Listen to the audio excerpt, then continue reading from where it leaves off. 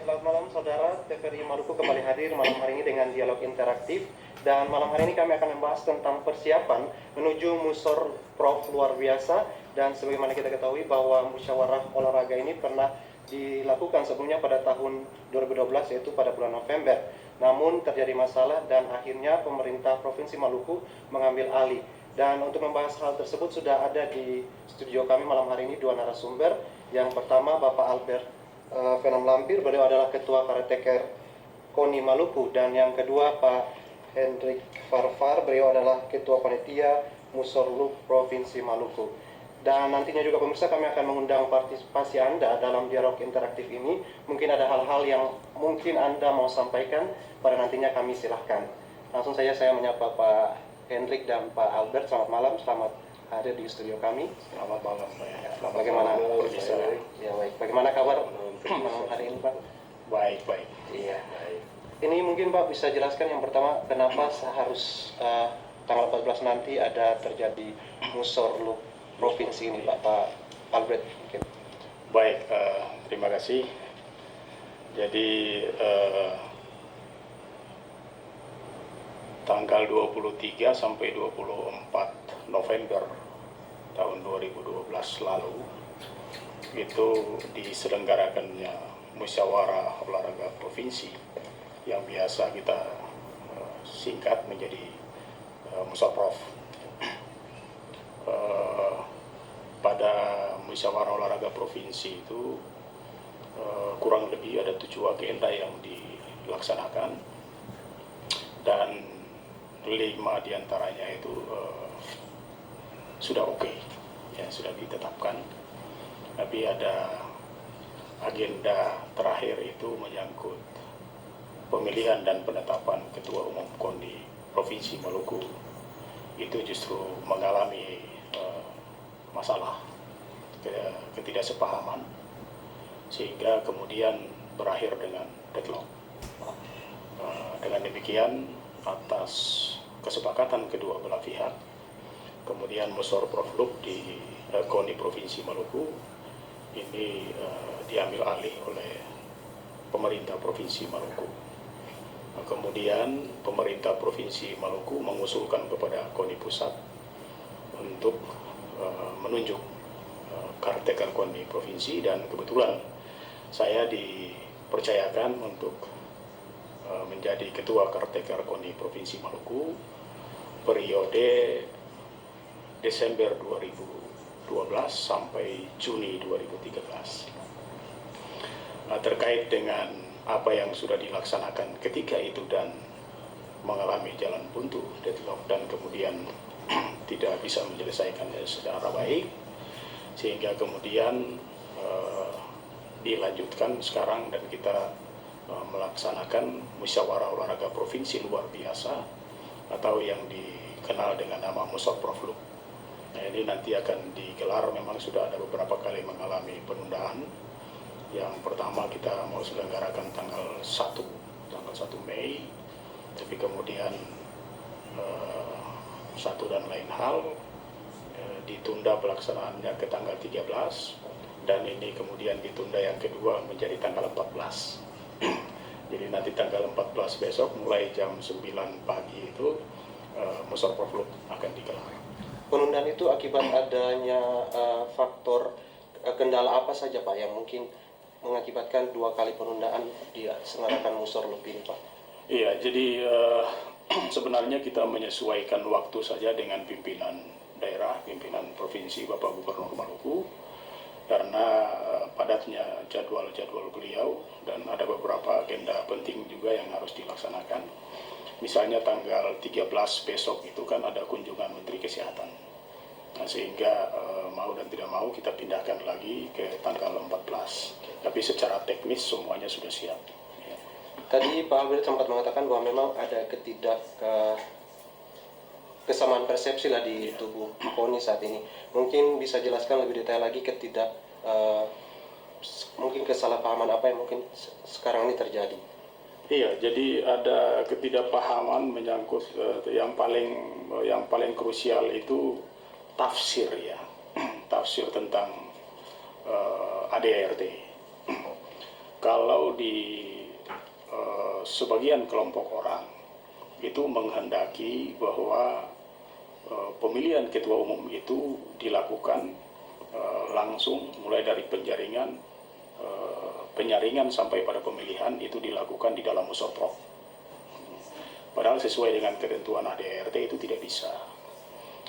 Kalau di ADART itu musorprof khusus itu harus dimulai dari rapat anggota. Mengapa di dalam rapat anggota? Karena di dalam rapat anggota itu salah satu agenda penting itu akan membahas dan menetapkan berbagai usulan yang terkait dengan tata cara penyaringan dan pemilihan ketua umum. Nanti kemudian baru tim mulai bekerja. Jadi secara awal itu ditetapkan mekanismenya pada rapat anggota. Rapat anggota itu kemudian akan melalui rapat anggota akan membentuk yang namanya tim penjaringan ketua umum KONI Provinsi Maluku periode 2012-2016. Kemudian mendelegasikan kewenangan itu kepada ketua umum, dan ketua umum membentuk yang namanya tim penjaringan.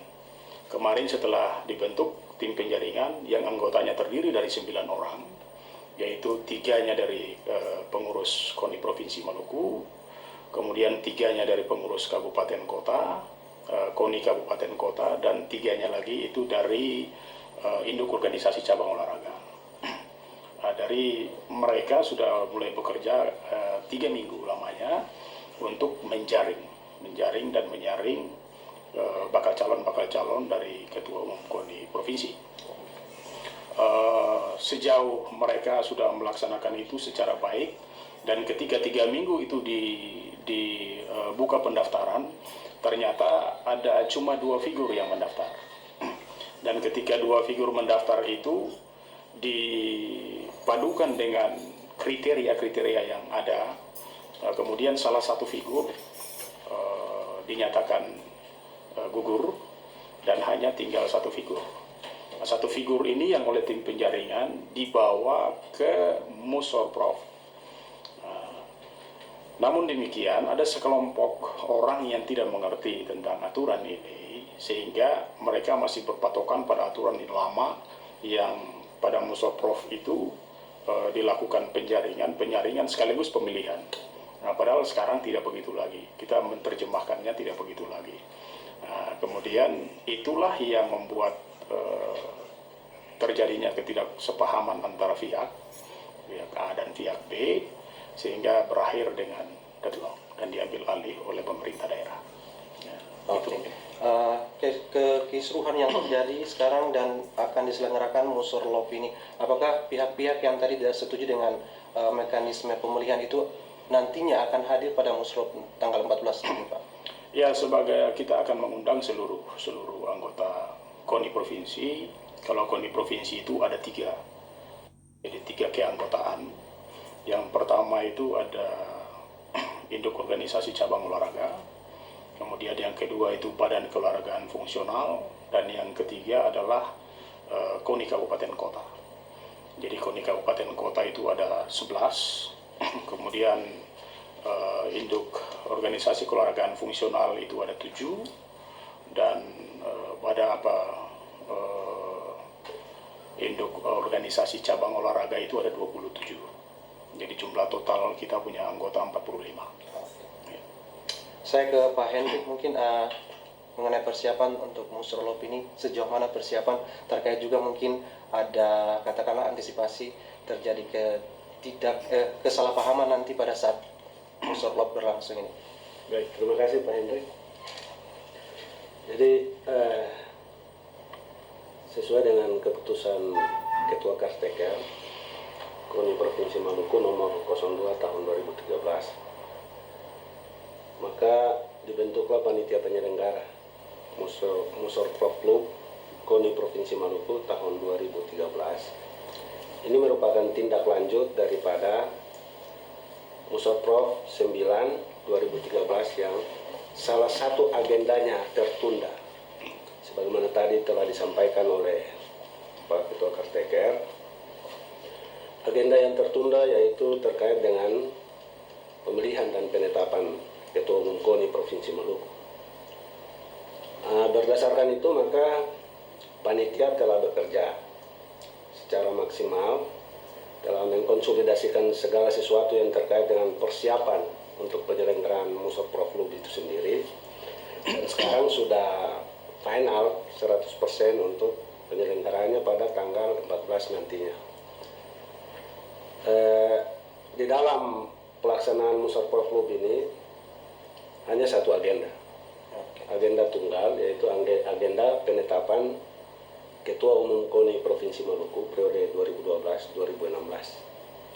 Oke.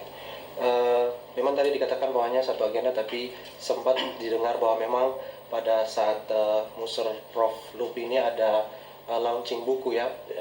Mungkin buku apa yang mau di launching sebentar nanti Pak Albert? Iya. Jadi nanti bersamaan dengan Musorprov Loop, tapi khusus di pembukaannya itu kita ada merger sedikit acara untuk launching buku manajemen konflik dalam olahraga.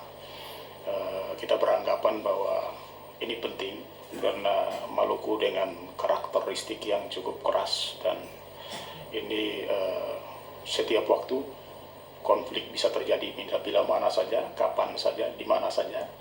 Dan untuk wilayah dengan karakteristik seperti Maluku ini sangat potensial terjadi, sehingga mungkin buku manajemen konflik ini dari KONI Pusat sudah diterima sebagai salah satu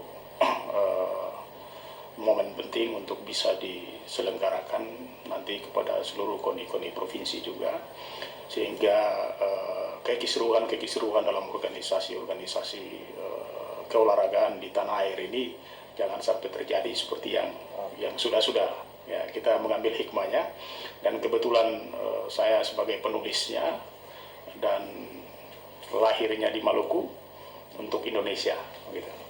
Baik.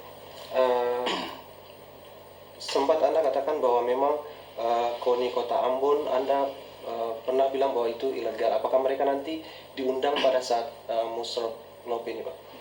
Iya, jadi yang ilegal bukan KONI Kota Ambonnya, tapi prosesnya. Jadi prosesnya. Kita berharap itu kalau sesuai dengan ketentuan masa bakti kepengurusan KONI Kota Ambon itu berakhirnya pada bulan Desember tahun 2012. Tahun 2012. Dan kalau dari sudut ADRT itu akan ada perpanjangan 6 bulan ke depan, berarti sampai bulan Juni. Perpanjangan itu tidak bisa serta-merta terjadi begitu saja, tapi harus diusulkan oleh pengurus KONI masa berlaku itu, diusulkan kepada KONI provinsi, sehingga KONI provinsi kemudian mengeluarkan surat keputusan terkait dengan perpanjangan masa jabatan mereka sampai 6 bulan berikutnya. Nah, dalam koridor ini ternyata bahwa tidak ada komunikasi antara KONI Kota Ambon dengan KONI provinsi. Bahkan KONI provinsi diundang hanya untuk menghadiri upacara pembukaan. Ini menyalahi ketentuan anggaran dasar anggaran rumah tangga karena KONI provinsi seyogianya hadir sebagai narasumber, sehingga dia langsung bisa terlibat langsung dengan kegiatan itu, mengarahkan secara sesuai dengan ketentuan ADRT. Yang KONI provinsi ketahui sampai saat ini bahwa ternyata Musorprov itu kan Musorkot, Musyawarah Olahraga Kota Ambon itu sudah digelar, sudah selesai, dan agendanya tidak sebagaimana mestinya, gitu. Karena langsung terjadi penyaringan dan pemilihan Ketua Umum Kota Ambon. Mekanisme ini keliru karena menyalahi anggaran dasar anggaran rumah tangga. Di dalam anggaran dasar anggaran rumah tangga, pasal 31 di dalam rapat anggota itu, ayat 5 butir G, itu menyatakan bahwa rapat anggota itu bertugas untuk menetapkan berbagai usulan tentang tata cara penyaringan dan pemilihan Ketua Umum KONI. Nah, ini akan dilakukan sama seperti anggota KONI itu membuat mekanisme itu kepada pengurus KONI gitu, untuk provinsi, dan itu bukan digagas atau dibentuk oleh pengurus, tapi oleh anggota yang harus dilaksanakan oleh pengurus KONI provinsi. Nah, sehingga KONI provinsi sudah menjalankan itu, sudah melaksanakan itu, dan akan kemarin sudah melaporkan kepada Musorprof. Gitu. Nah, untuk KONI Kota Ambon ada yang tertinggal, gitu. Ada yang tertinggal. Sehingga melalui surat KONI provinsi itu kami menyampaikan penyesalan bukan cuma kepada KONI Kota Ambon, tetapi kepada pemerintah Kota Ambon yang juga kami nilai memberikan angin segar kepada KONI Kota Ambon untuk terus melenggang, padahal masih ada sejumlah persoalan yang seyogianya diselesaikan terlebih dahulu. Gitu. Jadi kalau berkonsultasi dengan KONI provinsi, maka KONI provinsi tidak serta-merta akan menyetujui untuk diselenggarakannya musorkot, tapi harus melalui rapat anggota tahunan dulu. Mengapa melalui rapat anggota tahunan? Karena di dalam rapat anggota tahunan itu ada kewajiban penting yang harus diikuti, yaitu membahas segala usulan tentang tata cara penjaringan, penyaringan, dan pemilihan ketua umum KONI di sana. Nah, setelah itu rapat anggota tahunan dari KONI Kota Ambon itu akan mendelegasikan kewenangan untuk membentuk tim penjaring, dan tim penjaring bekerja, dan hasilnya nanti akan dilaporkan kepada Musorkot, dan Musorkot akan memilih ketua umum. Ini tidak dilakukan, sehingga oleh KONI provinsi menganggapnya sudah kadaluarsa dimisioner. Demikian. Tapi apakah memang selama ini ada katakanlah sosialisasi ataupun hubungan timbal balik antara KONI provinsi dan KONI Kota Ambon? Hubungan bukan cuma dengan KONI Kota Ambon. Kita membuka komunikasi dengan semua anggota, baik anggota KONI Kota Ambon maupun 10 kabupaten kota yang lain. Itu komunikasi tetap jalan. Bahkan dari kabupaten kota yang lain itu yang jauh mereka rutin berkonsultasi dengan KONI provinsi. Ya, kalau konsultasi mungkin menurut kita kalimatnya kurang bagus gitu, ya mungkin berkomunikasi dengan KONI provinsi terkait berbagai ketentuan. Banyak hal yang tentu akan dibahas di sana, dan kami sebenarnya ikut menyayangkan bahwa KONI Kota Ambon kan sebenarnya di depan mata ini, dan kami tidak kepingin untuk tidak berkomunikasi secara baik. Untuk itu dalam surat KONI tentang himbauan KONI itu, KONI menghimbau supaya dalam rangka tertib administrasi dan tertib organisasi sebaiknya ada komunikasi intensif antara KONI Kota Ambon dan KONI provinsi. Itu memang ada surat penyesalan yang kami sampaikan, tapi di dalamnya ada himbauan yang diberikan kepada KONI Kota Ambon supaya lebih bisa berkomunikasi secara baik demi tertib administrasi dan tertib organisasi. Ya. Terhadap himbauan itu mungkin ada tanggapan selama ini dari KONI Kota Ambon? Sampai